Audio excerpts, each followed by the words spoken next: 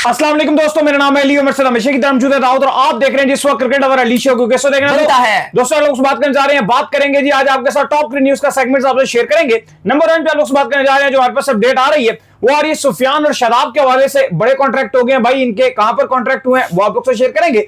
बात करेंगे Pakistan cricket board को लेकर, जिन्होंने एनओसी दे दिया भाई नवाज को, किस लीग का एनओसी दिया है वो आपको बताएंगे। और एक प्लेयर जो रिटायर्ड हो गया भाई, कौन है वो प्लेयर, उस हवाले से आप लोग से शेयर करेंगे। क्रिटिसिज्म हो रहा है भाई आईसीसी के ऊपर, ओडीआई के हवाले से जो आईसीसी ने न्यू फॉर्मेटिंग किया उसको लेकर अब कुछ जो है वो एसोसिएशन नेशंस के जो प्लेयर्स हैं वो सामने आ गए हैं भाई, क्या कहना है उनका वो आप लोग से शेयर करेंगे। माइक एसन के हवाले से क्या कहानी है भाई, इंग्लैंड के साथ क्यों वो राब्ता कर रहे हैं, क्यों अपने नाम जो है वहां पर दे रहे हैं, पाकिस्तान के साथ भी उनका कॉन्ट्रैक्ट है, कब तक है, क्या स्टोरी है, उस सवाल से आप लोगों को शेयर करेंगे।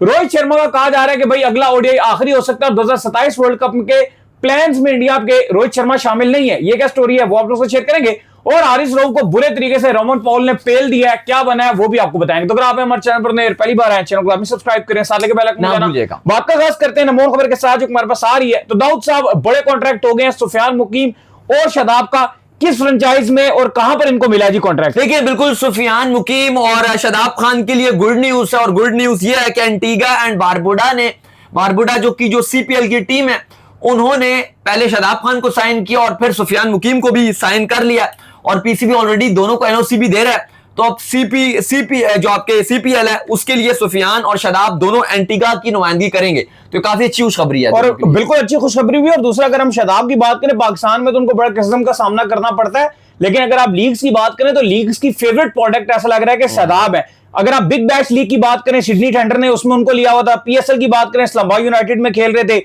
टी20 ब्लास्ट की बात करें तो वहां पर भी लखनऊ शायर की तरफ से खेल रहे थे, जीएसएल की बात करें तो डेजर्ट वाइपर्स की तरफ से ये खेल रहे थे, ईटीपीएल के अंदर भी ये खेल रहे थे, फिर सीपीएल की बात करें तो इनको हमने आपको बताया कि बरबुडा फाल्कन्स जो है उन्होंने इनको ले लिया है। तो भाईजान ऐसा लग रहा है कि फ्रेंचाइज क्रिकेट में तो शादाब बहुत फेवरेट बने। बिल्कुल ऐसा ही है, और लगातार अगर पाकिस्तान टीम टेस्ट टीम आपको पता है कि वेस्ट इंडीज में बिजी है, तो जो विंडो ऐसा लग रहा है कि हर कोई शादाब को लीग्स के लिए बुला रहा है, और वो भी खुली छूट चाह रहे हैं, और वो भी बड़े खुश हैं कि पाकिस्तान क्रिकेट बोर्ड अगर उनको टी20 प्लेयर्स की खाली कैटेगरी में रखता है तो खुली उनको लीगों की इजाजत मिलेगी। और हल्का पता भी है कि शादाब जो है ना वो लीगें खेल के बहुत खुश होते हैं।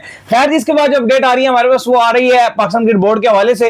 तो नवाज को जो है वो एनओसी पाकिस्तान क्रिकेट बोर्ड की तरफ से दे दिया गया है। किस लीग के लिए एनओसी दिया गया जी? देखिए बिल्कुल आपके जो मोहम्मद नवाज हैं उनको श्रीलंका प्रीमियर लीग के लिए उन्होंने एनओसी के लिए अप्लाई किया हुआ था, और अब पाकिस्तान क्रिकेट बोर्ड ने मोहम्मद नवाज को ज्यादा दे दिया कि आप जाएं और लंका प्रीमियर लीग में जाकर खेल सकते हैं। तो आपको पता है लंका प्रीमियर लीग के लिए शाहीन शाह अफरीदी ऑलरेडी श्रीलंका पहुंच गए हैं। कल हमने देखा कि कैप्टन फोटो शूट भी हुआ था, जितने लंका प्रीमियर लीग के कप्तान थे वो सारे आए हुए थे।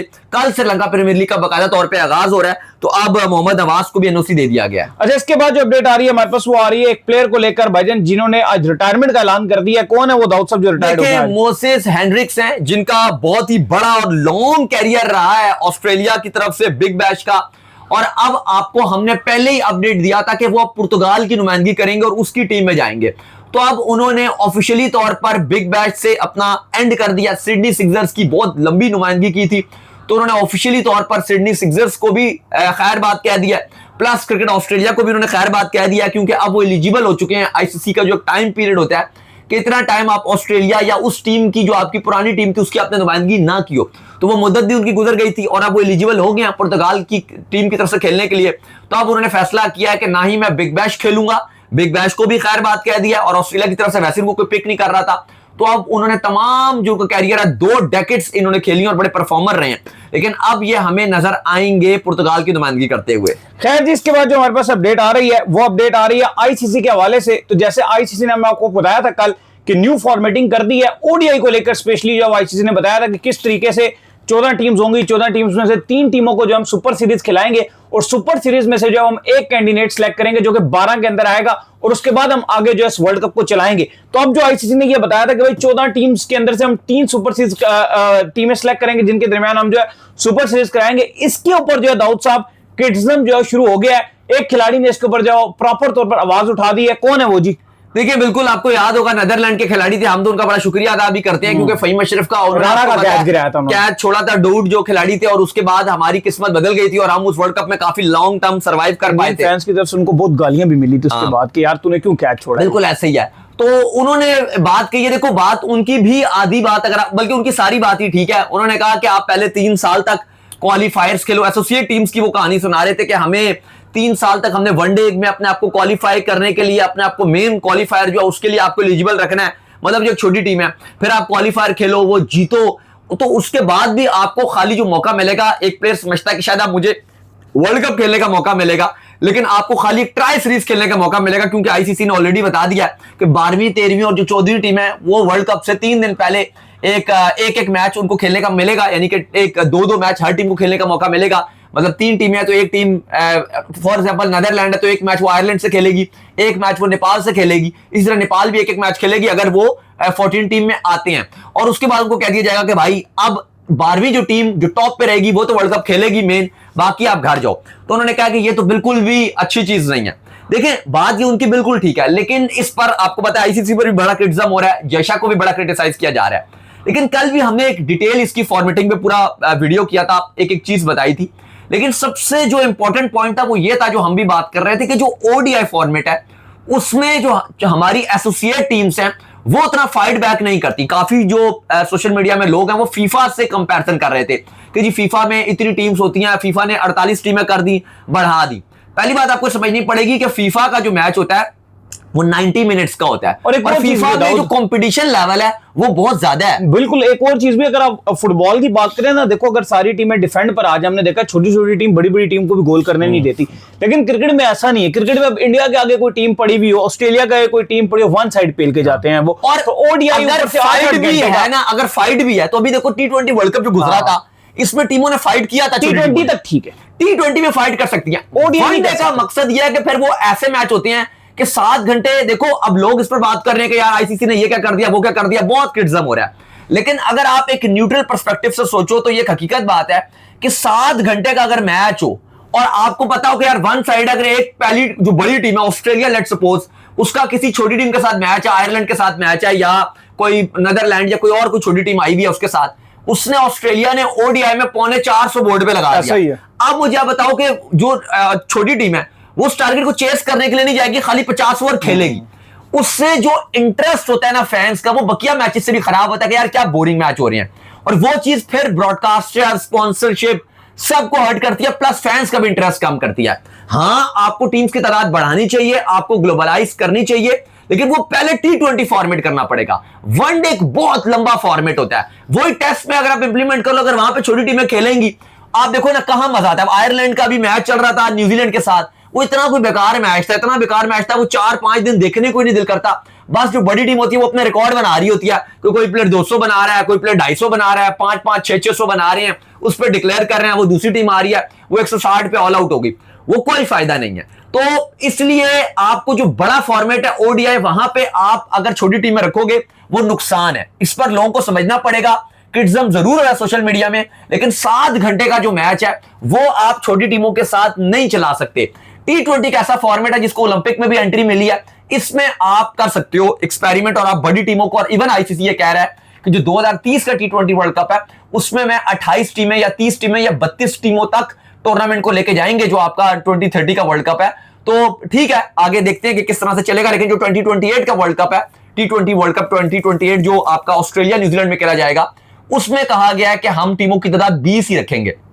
चले 20 भी बहुत है, पिछले 2 वर्ल्ड कप में भी आईसीसी 20 तक लेकर गया, और इससे पहले आप देखो तो T20 वर्ल्ड कप में भी आप 12 टीमों के साथ जा रहे थे, तो आप 20 टीमों को लेकर आए और 2 वर्ल्ड कप में आपने 20 रखी हैं, और अगले तीसरे वर्ल्ड कप में भी आप 20 ही रखोगे। लेकिन जो आपका 2030 का वर्ल्ड कप है जो कि यूके में है, इंग्लैंड, आयरलैंड, स्कॉटलैंड, वहां पे आप बात कर रहे हो कि आप टीमों की जो तादाद है वो 30 तक लेके जाओगे, तो आहिस्ता आहिस्ता होता है, फीफा से आप क्रिकेट को कंपैरिजन नहीं कर सकते।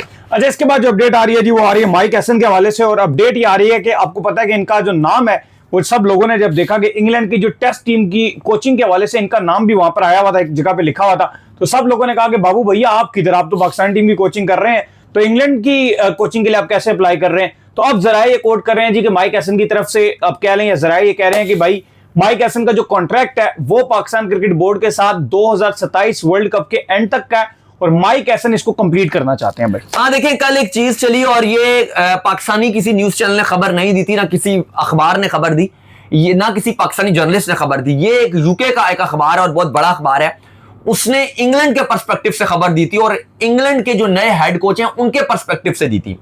तो उसमें आपको पता है कि जो हेड कोचेस के जो कैंडिडेट्स हैं उनके नाम थे, तो उनमें जो सर फहरिस्त थे वो एंडी फ्लावर का नाम था, फिर सेकंड नंबर पे जस्टिन लेंगर का नाम था कि ईसीबी जो शॉर्टलिस्ट करने जा रहा है, फिर उसके अंदर जोनाथन ट्रॉट का नाम था, कुमार संगकारा का नाम था, टॉम मूडी का नाम था, और कहा गया कि जो आखिरी कैंडिडेट है लास्ट पे वो माइक हैसन का नाम था। तो वो खबर जब हमने देखी और पाकिस्तान में चली तो सबने सवाल उठाया कि भाई ये तो पाकिस्तान के वाइट बॉल के कोच है, इन्होंने किधर अप्लाई कर दिया। तो काफी सोशल मीडिया में माइक हैसन को क्रिटिसिज्म का भी सामना करना पड़ा कि पहली बात तो ये सबको पता चल रही थी कि उनकी जो एक्सपर्टीज है वो वाइट बॉल की है, रेड बॉल में इतने वो हाई प्रोफाइल कोच नहीं माने जाते ना, उनको देखा जाता है उस निगाह से। तो ये बात तो कंफर्म थी कि उनको किसी ने पिक नहीं करना इंग्लैंड की टेस्ट कोचिंग के लिए मैकलम की जगह। लेकिन ये बहुत चला कि यार ये किस तरह से इनका नाम आ गया, इन्होंने कैसे अपना नाम दिया होता। तो अब माइक हैसन ने इसको क्लियर किया है और पीसीबी से भी ये बात चल रही है कि माइक हैसन 2027 तक जो उनका कॉन्ट्रैक्ट है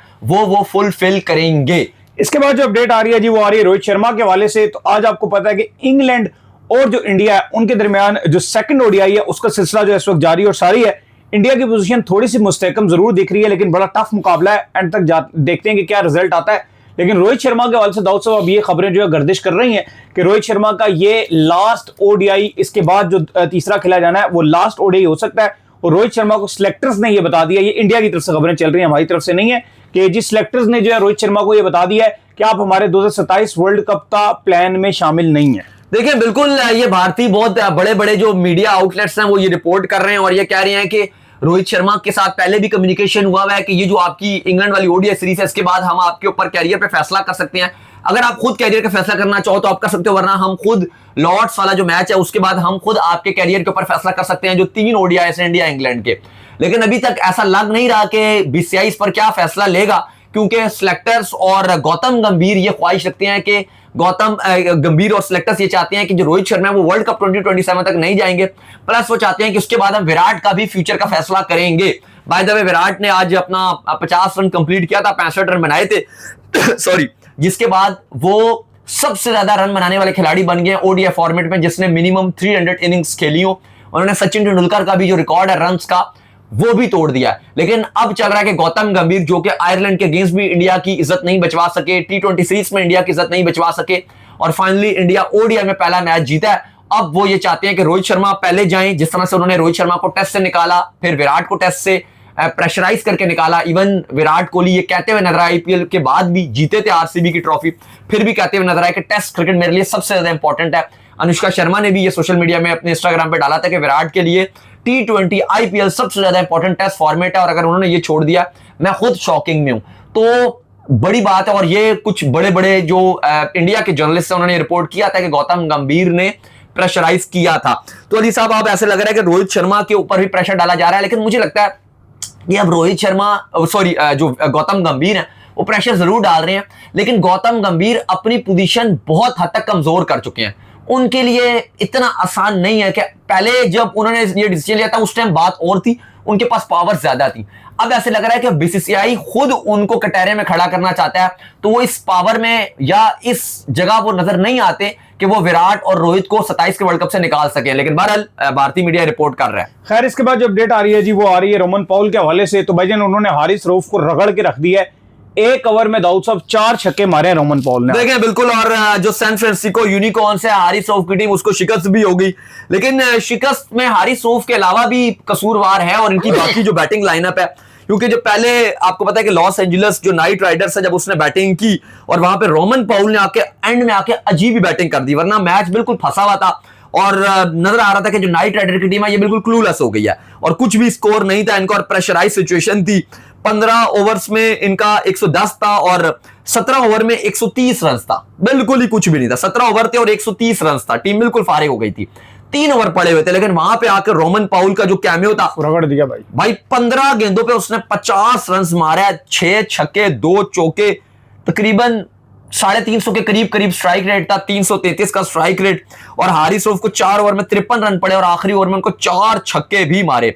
अब जब बैटिंग करने के लिए हारिस रऊफ की टीम आई तो वहां पर भी आपको कसूर ठहराना पड़ेगा कि मैथ्यू शॉर्ट जो कैप्टन थे 62 गेंदों पे 94 रन बनाए, लेकिन नॉट आउट रहे और टीम को जितवा ना सके।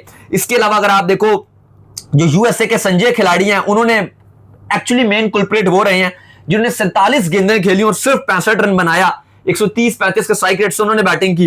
फिर एरन हार्डे हैं, वो एंड में आके 7 गेंदें खेल गए और 6 रन बनाए, 180 बनाया, 188 का टारगेट था, सिर्फ 4 आउट हुए। अभी आगे आने वाले बल्लेबाजों में बेचारा जो हसान खान था, उसको सिर्फ 1-2 बॉलें खेलने को मौका मिला, उसने उसी में छक्का मार दिया। हसान खान को बेचारे को पहले भेज देते, 350 का उसका स्ट्राइक रेट था। हमाद आजम की बैटिंग ही नहीं आई, तो बिल्कुल ही इन्होंने इतना स्लो खेला और एंड में मैच को खराब करवा दिया, और जो सैन फ्रांसिस्को थी वो प्लेऑफ का ये मैच हार गई। तो चलिए उम्मीद करते हैं आज हमारे शो आपको पसंद आया। आप वीडियो को लाइक कीजिए, हमारे चैनल को सब्सक्राइब कीजिए, साथ में बेल आइकन को बजाइए। एक और काम कर लीजिए और वो ये कर लीजिए, इंस्टाग्राम पर जाइए, फॉलो कीजिए। बिल्कुल, इंस्टाग्राम पे मुझे फॉलो कर लीजिएगा, वहां पे मैं मौजूद हूँ। दाऊद क्रिकेट के नेम से। मेरे फादर की भी थोड़ी तबीयत खराब हुई है, तो उनके लिए भी बिल्कुल दुआ कीजिएगा, और रिलीज आपको भी फॉलो कर लीजिए। मुझे फॉलो कीजिए, मैं ऑफिशियल के नाम से लिंक डिस्क्रिप्शन में मौजूद है, जाइए फॉलो कीजिए। आप सुनते हैं नेक्स्ट में, अल्लाह हाफिज, बाय बाय।